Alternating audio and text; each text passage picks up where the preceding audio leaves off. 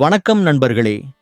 இன்று நாம் காணவிருக்கும் மிக முக்கியமான மிகவும் ஆழமான ஆன்மீகத் தகவல் நமது வீட்டில் எம்பெருமான் சிவபெருமானின் அருட்பிரசன்னம் முழுமையாக நிறைந்துள்ளது என்பதையும் அவர்தம் நடமாட்டம் நமது இல்லத்தில் உள்ளது என்பதையும் உணர்த்தும் 5 முக்கிய அறிகுறிகள் பற்றியதாகவும்.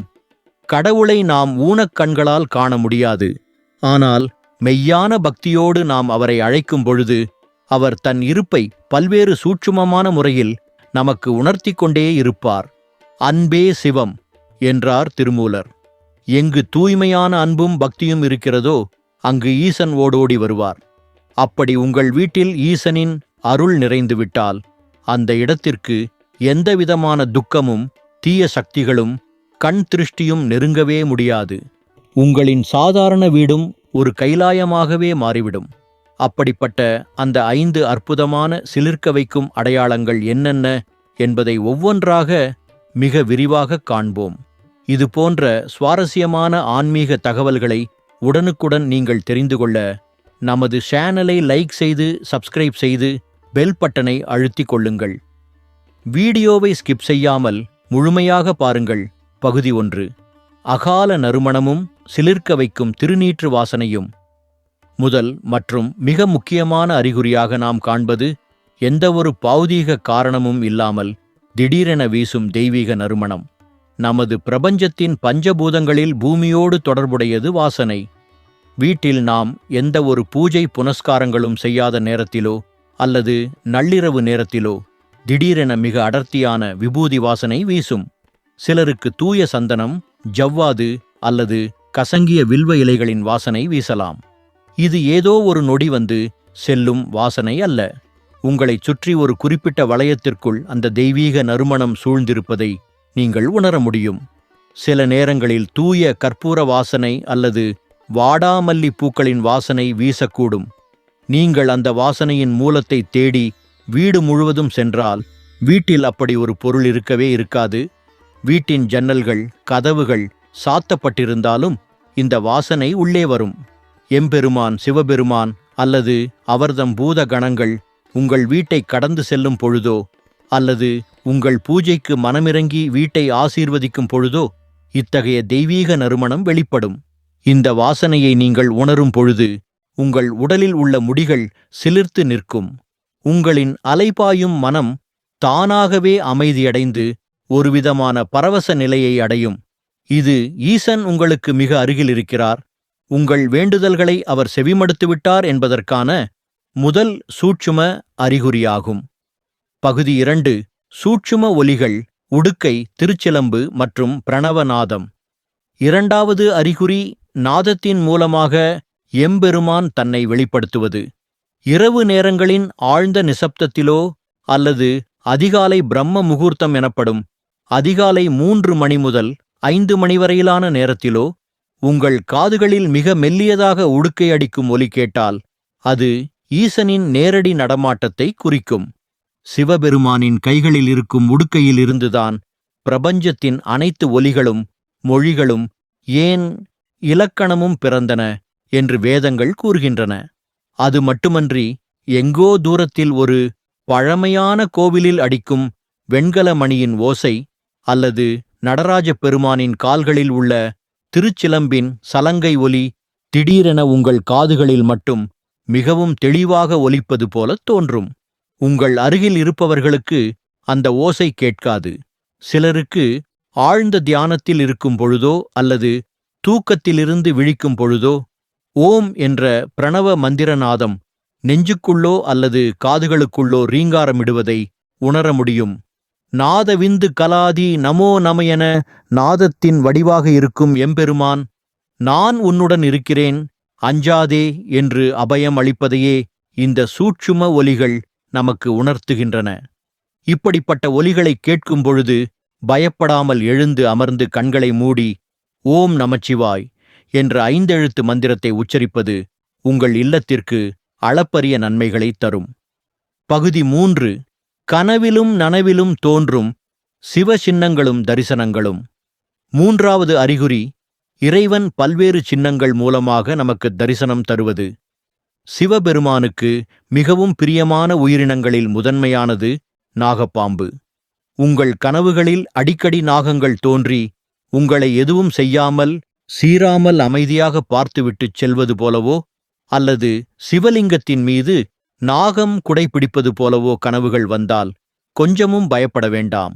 உங்கள் வீட்டில் ஈசனின் கருணை முழுமையாக ஆட்கொண்டுள்ளது என்றே பொருள். நனவிலும் கூட நீங்கள் செல்லும் பாதைகளில் அல்லது உங்கள் வீட்டு வாசலில் திடீரென வில்வ இலைகள் கிடப்பது, வாகனங்களில் செல்லும் பொழுது நந்தி பகவானின் திருவுருவத்தை அடிக்கடி காண்பது, அல்லது விபூதி பட்டை பூசிய ருத்திராட்சம் அணிந்த சிவனடியார்கள் உங்கள் கண்ணில் அடிக்கடி தென்படுவது போன்றவை மிகச்சிறந்த நல்ல சகுனங்களாகவும், கைலாயமலை, சதுரகிரி, திருவண்ணாமலை, காசி போன்ற புனிதமான தலங்கள் உங்கள் கனவில் தோன்றுவதும், நீங்கள் அங்கு சென்று ஈசனை மனமுருகி வழிபடுவது போலவும் சிவலிங்கத்திற்கு நீங்களே அபிஷேகம் செய்வது போலவும் காட்சிகள் வந்தால் உங்கள் முந்தைய பிறவிகளின் கர்மவினைகள் அனைத்தும் விலகிவிட்டன என்று பொருள். ஈசனின் நேரடி பார்வை உங்கள் குடும்பத்தின் மீது விழுந்துவிட்டது. இனி நடப்பதெல்லாம் நன்மையே என்பதை நீங்கள் ஆணித்தரமாக நம்பலாம். பகுதி 4. சிவனடியார்களின் வருகையும் வாயில்லா ஜீவராசிகளின் அன்பும். 4வது அறிகுறி, உங்கள் இல்லத்திற்கு தேடி வரும் அதிதிகள். பண்டைய காலத்தில் சிறு தொண்ட நாயனார், இளையான்குடி மாறநாயனார் போன்றவர்களின் வீட்டிற்கு சிவபெருமானே சிவனடியார் வேடத்தில் வந்து உணவருந்தி அருள் புரிந்ததை பெரிய புராணம் விளக்குகிறது. அதேபோல எந்த ஒரு முன்னறிவிப்பும் இல்லாமல் நெற்றி நிறைய திருநீறு பூசி கழுத்தில் ருத்திராட்சம் அணிந்த ஒரு சிவனடியாரோ அல்லது சாதுவோ உங்கள் வீட்டு வாசலுக்கு வந்து தண்ணீர் அல்லது உணவு கேட்டால் அதனை சிவபெருமானே நேரடியாக வந்து கேட்பதாக நீங்கள் எடுத்துக்கொள்ள வேண்டும். அவர்களுக்கு மனம் கோணாமல் செய்யும் அன்னதானம் என்பது மகேஸ்வர பூஜை எனப்படும் மிக உயர்ந்த வழிபாட்டிற்குச் சமம். அதேபோல உங்கள் வீட்டில் நீங்கள் தீப தூபம் காட்டி பூஜை செய்யும் நேரத்தில் சரியாக ஒரு பசுமாடு, கோமாதா உங்கள் வீட்டு வாசலில் வந்து நிற்பதும் குரல் எழுப்புவதும் மிகப்பெரிய சுபசகுனமாகும்.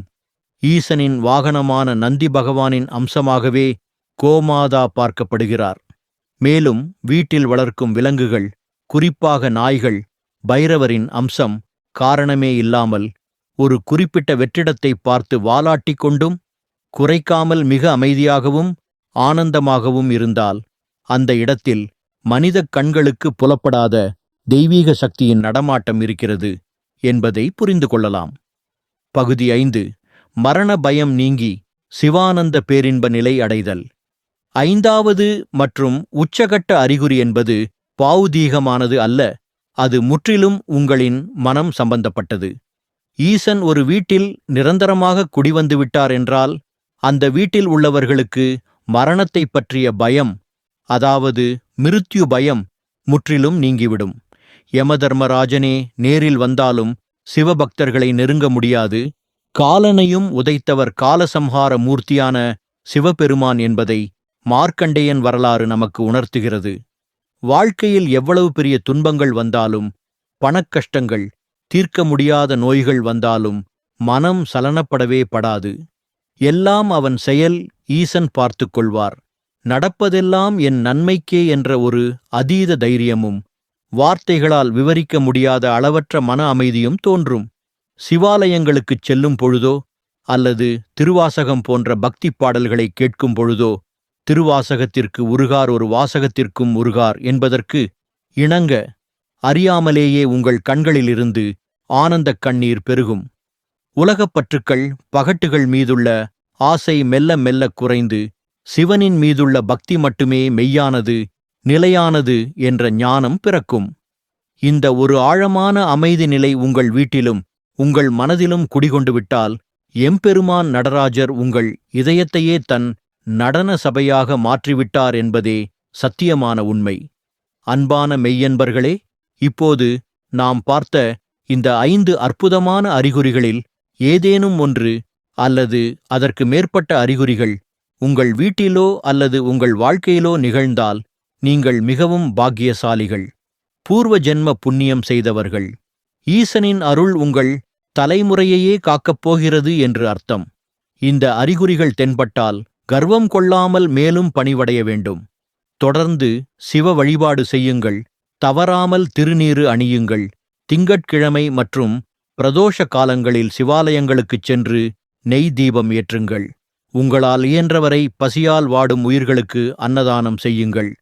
நமச்சிவாய வாழ்க, நாதன் தாழ் வாழ்க என்ற தாரக மந்திரத்தை சதா சர்வ காலமும் மனதிற்குள் உச்சரித்துக் கொண்டே இருங்கள். எம்பெருமானின் முழுமையான திருவருளைப் பெற்று நாமும் நமது குடும்பமும் எல்லா வளங்களும் பெற்று பெருவாழ்வு வாழ்வோம். இந்த அரிய ஆன்மீகத் தகவலை உங்கள் உறவினர்களுடனும் நண்பர்களுடனும் பகிர்ந்து அவர்களும் ஈசனின் அருளை பெற உதவுங்கள். மீண்டும் ஒரு அற்புதமான பயனுள்ள ஆன்மீகத் தகவலுடன் உங்களை சந்திக்கிறேன். இந்த பதிவு உங்களுக்கு பிடித்திருந்தால் மறக்காமல் நமது சேனலை லைக் செய்து சப்ஸ்கிரைப் செய்து பெல் பட்டனை அழுத்திக் கொள்ளுங்கள். நன்றி, வணக்கம்.